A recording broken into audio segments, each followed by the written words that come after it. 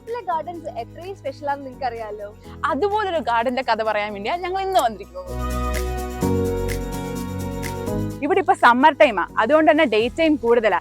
ഇപ്പൊ നോക്കിയാൽ തന്നെ മനസ്സിലാവും, ഇതിവിടെ ഈവനിങ് ടൈം ആയതുകൊണ്ട് ഒത്തിരി പോളിഷ് ഫാമിലീസും ഫ്രണ്ട്സും എല്ലാവരും ഇവിടെ സ്പെൻഡ് ചെയ്യുന്നുണ്ട്.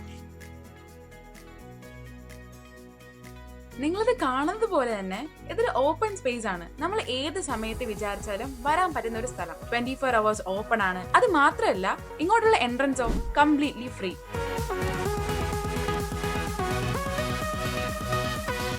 ഇത് ദ ഹാർട്ട് ഓഫ് വോഴ്സോയിൽ നമുക്ക് എല്ലാവർക്കും അറിയാവുന്ന പോലെ തന്നെ റോയൽ കാസ്റ്റലിന്റെ അടുത്തായിട്ട് അതിമനോഹരമായ ശരിക്കും ഒരു ഹിഡൻ ജെം ആയിട്ടുള്ള ഒരു സ്പോട്ട് ഉണ്ട്.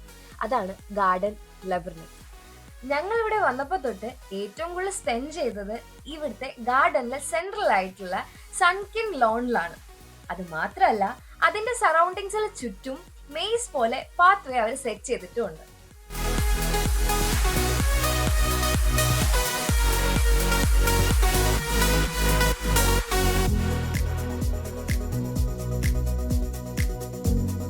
ഇത് ശരിക്കും 17th സെഞ്ചുറിയിൽ ഒരു റോയൽ ബാത്ത് ഹൗസ് ആയിരുന്നു. പിന്നീട് സ്റ്റെയിൻസ്ലെ ഓഗസ്റ്റ് ആണ് ഇതൊരു ഗാർഡൻ ആക്കി മാറ്റിയത്.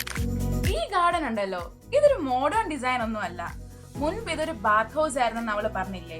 അതിനുശേഷം ഇതൊരു പാലസ് ആയി മാറി. ആ സമയത്തെ ഗാർഡൻ ഡിസൈൻ അവർ ഇൻസ്പയർ ആയി. പിന്നെ അത് റീക്രിയേറ്റ് ചെയ്ത് വെച്ച മെയ്സൺ ഗാർഡൻ ആണ് ഇവിടെ കാണാൻ പറ്റുന്നത്.